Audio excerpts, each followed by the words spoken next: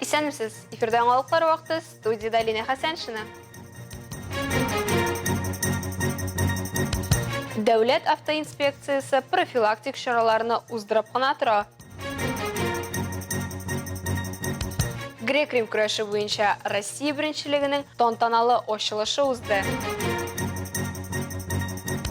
Сабан туе бәйрәмнәренә кая барып була? Бүгенге чыгарылышта карагыз. Әлмәттә шәхси мобильлек чаралар йөртү буенча профилактик чара узды. Чараның максаты самокат йөртүчеләр тарафыннан юл хәрәкәте кагыйдәләрен бузу очракларын ачыклап калу гына түгел, шәхси мобильлек чаралары өчен юл хәрәкәте кагыйдәләрен ныгыту. Электр самокатлары киң кулланылышка кирип китү сәбәпле агымдагы елның 1 мартыннан юл йөрү кагыйдәләренә үзгәрешләр кертелгән иде.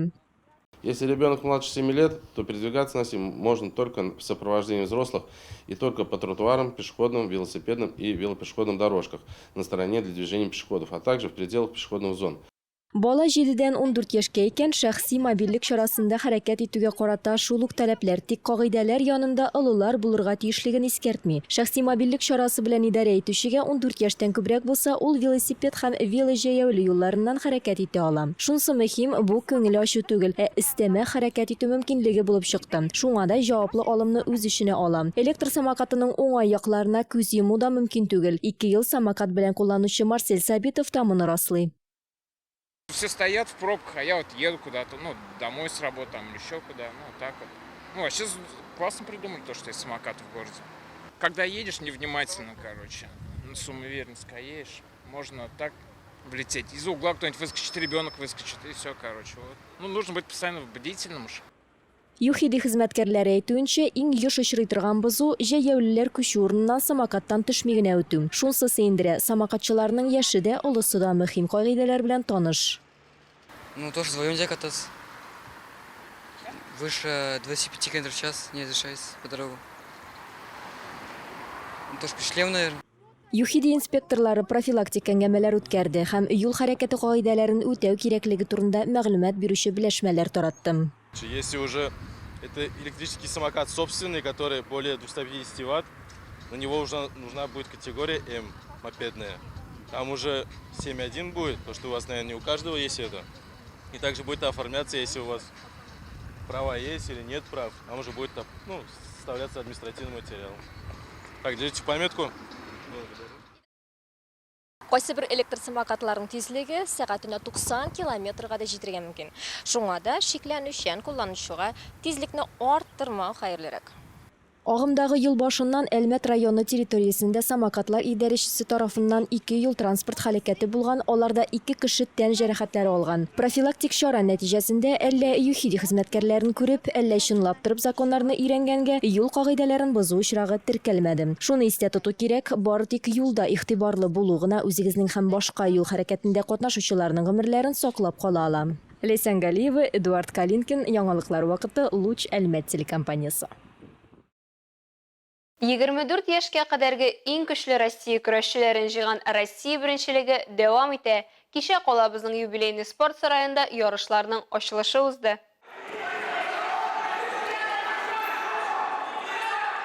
Әлмәттә Грек-Рим көрәше буенча узган Россия беренчелеге илебезнең җыелма командасын туплап, дөнья Европа чемпионатларында, Олимпия уеннарында нәтиҗә күрсәтердәй спортчыларны сайлап алуны максат итә. Оештыручылар сүзләренчә, аның Татарстанда узуы республикада көрәшнең үсешенә зур этәргеч.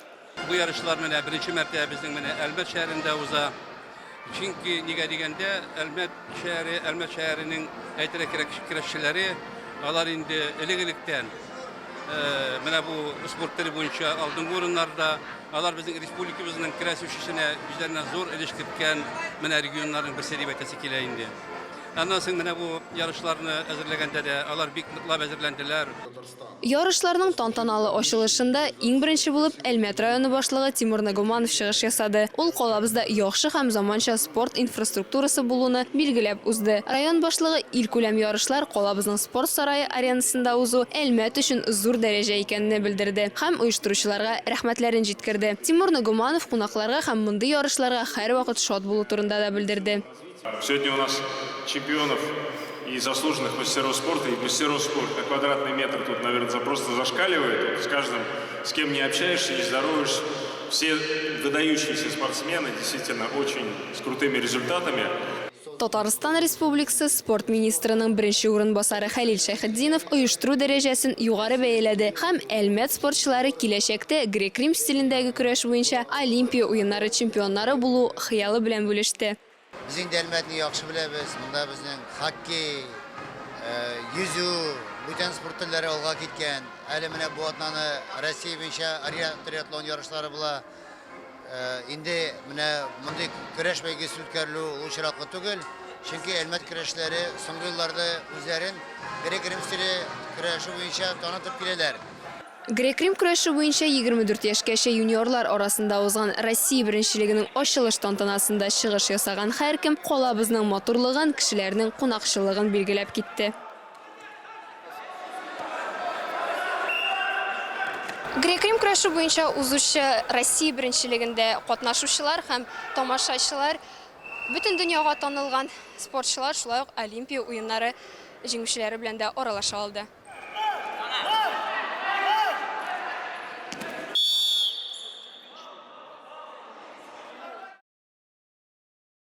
Якындагы 2 көндә исә калабыз чираттагы кат триатлон үзәгенә әвереләчәк. 10-11 июньдә Әлмәттә триатлон буенча Россия беренчелеге, сукырлар арасында триатлон буенча Россия чемпионаты һәм һәвәскәрләр ярышы узачак. Ярышлар маршруты Шевченко урамы буенча Маяковский урамыннан Төзүчеләр проспектына кадәр билгеләнгән.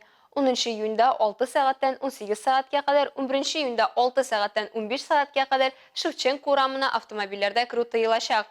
Бу маршрутны автомобиль йөртүчеләргә ничек урап узарга мөмкин булуын вакытлыча юл билгеләре күрсәтәчәк. Якындагы ялларда Әлмәт районы авылларында һәм калабызда милли бәйрәмнәребезнең иң зуры Сабан туйлары узачак.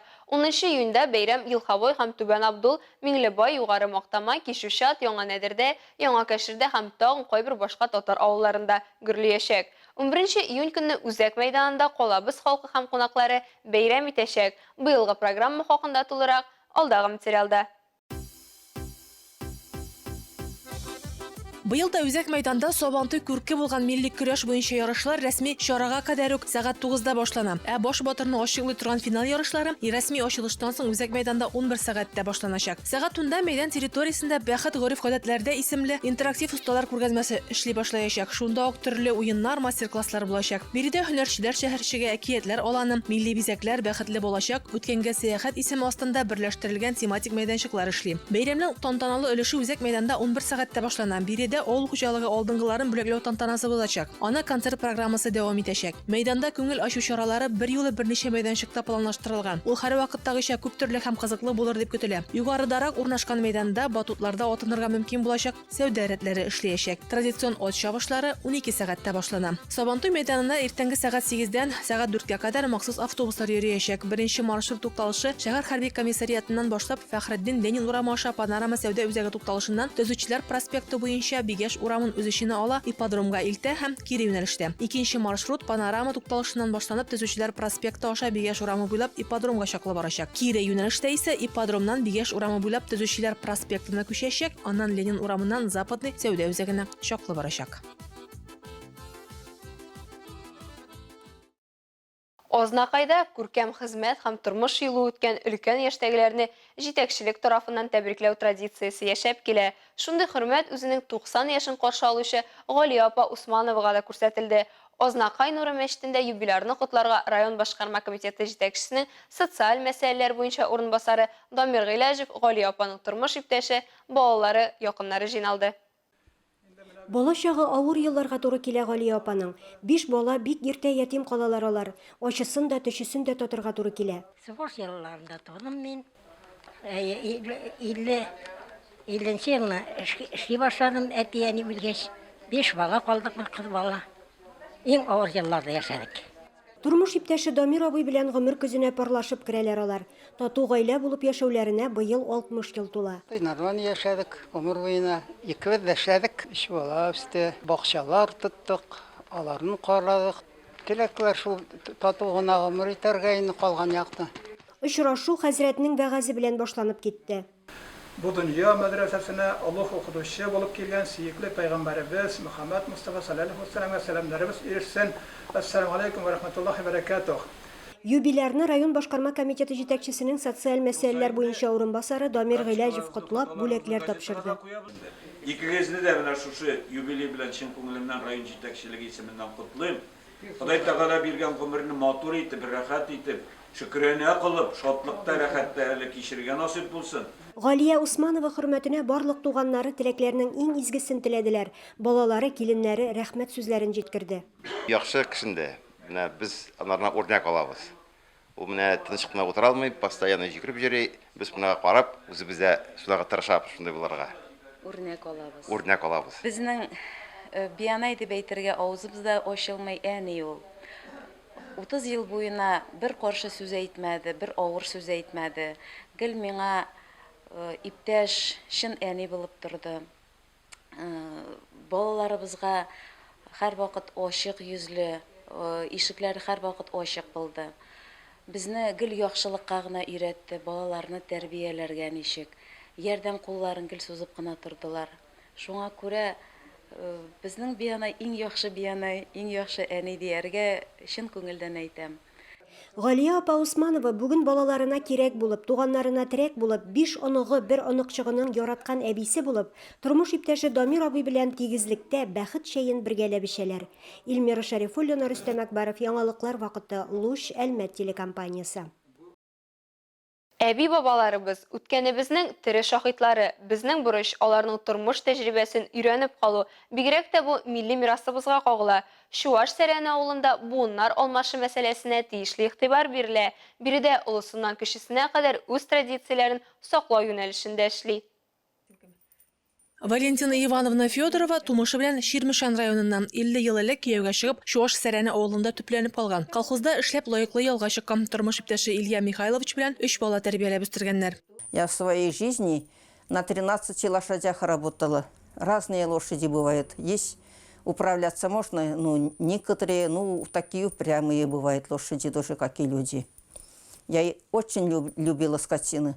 И коров, когда я дояркой работала, подоила вручную, доили еще 3 раза в Дальневанские луга, 12 километров отсюда ехали. Наш лагерь там был, летний лагерь летом. Бүген дә Валентина Ивановна әле актив тормыш рәвеше алып бара. Абзар тутырып мал-туар асрыйлар, үз умарталыгында бал җитештерәләр. Шул арада ул әле авыл мәдәният йортында иҗат итәргә дә өлгерә. Җирле фольклор ансамбле составында милли гореф-гадәтләр сагында тора. Безне каршы алган милли костюмы да иренең мәрхүм әбисенеке. Фартук у нас терсити, говорят уж. А если сапун, она вешалкой отсюда было. А если вот после от пояса только, она терсити называлась у нас. Это раньше не такие уж были, просто на голову только было. Одевали. С этими украшениями. С монетками даже, да? Монетками было тоже. Монетками были. Это уж новое, современное уж у меня головной убор-то. С Чувашии привезли. Давно уж, тоже немало уж, лет 20 есть, наверное уж. Надо было вот это сурбан одевать женщине. Это пакетик только. Сурбан дигәне яшь кәләшнең баш киеме, аны туйда кидергәннәр. Чынлыкта ул милли чуваш бизәкләре шигелеп ясалган тастымал. Аны кәләшнең башына махсус алым белән ураганнар. Бер яктан ул кәләшне күз тиюдән, икенче яктан салкыннан саклаган. Күрәсең, соңрак бу тастымалны хуҗалыкта да кулланырга мөмкин булган. Ә Валентина Ивановна үз сурбанын башка милли киемнәре белән бергә эре дә булса кадерләп саклый. Чуваш Сәрәненә кунакка килгәннәрне еш кына нәкъ Федоровлар гаиләсенә алып киләләр. Ата-баба мисалында гомер иткән Валентина Ивановна безне дә хуплы исемасында билгеле булган милли ризык пешереп күрсәтеп сыйлап җибәрде. Радифа Нугманова, Рафаэль Сафин, Яңалыклар вакыты, Луч, Әлмәт телекомпаниясе. Әлегә шулар, мин Лина Хәсән, монтаж операторы Динара Ганудинова, сезнең белән сау булашабыз, исән-мин булыгыз.